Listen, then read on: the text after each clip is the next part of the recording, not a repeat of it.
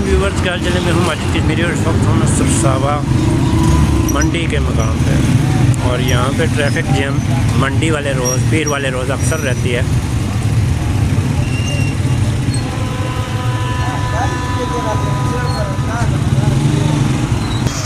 ये इस तरह हॉर्न पे हॉर्न बजते रहते हैं।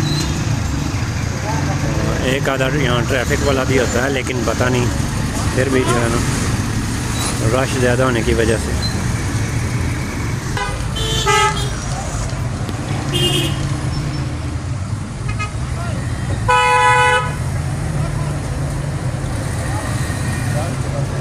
शुक्रिया, अल्लाह हाफिज़ जी। अपना अपना ख्याल रखिएगा, एक दूसरे से तावन किया करें लोग, तो ये मसले मसाइल ना आए।